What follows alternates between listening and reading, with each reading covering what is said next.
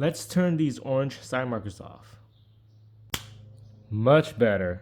Now let me show you guys how I did it, and let's just jump right into it. So I'll be using a laptop with a VCDS software and a VCDS cable. Now let's get started. Plug the dongle into the OBD2 port. Plug the USB side into your laptop. Turn your car on. Open up the VCDS program. Go to select control module.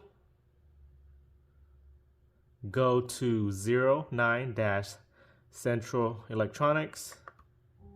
Go to coding-07. Now, before you make any changes, always want to save your original current coding. What I usually do is either take a picture or take a little snapshot or snippet of this whole box and keep it saved just in case you need to revert back to the stock. After you save your original coding, go to long coding helper. Then you will need to go to channel 10 and you go here, just click this up until you hit to channel 10.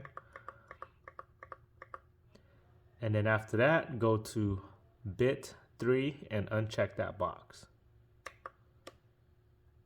Now just exit, hit do it, coding accepted, hit OK. Hit close controller, go back, and exit. Turn off the car. Now let's double check to see if it's off. Turn your lights on.